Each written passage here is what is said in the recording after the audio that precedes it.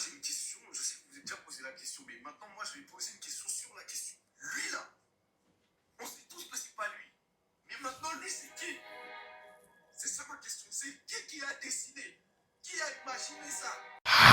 Ça, c'est ce qu'on appelle les bonnes questions. Moi, j'aime bien quand on se pose les vraies questions. Tout d'abord, il faudrait savoir que l'homme que vous voyez ici serait Cesare Borgia, un haut dignitaire italien de la période du Moyen-Âge, et il serait par ailleurs le fils du pape Alexandre VI. Son image a d'ailleurs inspiré de nombreux artistes et auteurs de son époque tels que Machiavel ou encore Léonard de Vinci. D'après certaines théories, il aurait été utilisé à la demande de son père, le pape, pour représenter un Jésus plus européen, car comme vous le savez, l'être humain a plus tendance à s'identifier à ce qui lui ressemble. Ainsi, cela aurait été fait pour européaniser l'apparence physique de Jésus, et d'ailleurs c'est pas la première fois qu'on le voit, car en Éthiopie, de nombreux personnages bibliques, y compris Jésus, sont peints avec des traits africains, c'est-à-dire des traits noirs pour concorder aux réalités locales. Aujourd'hui encore, l'apparence physique de Jésus est sujette à de nombreux débats.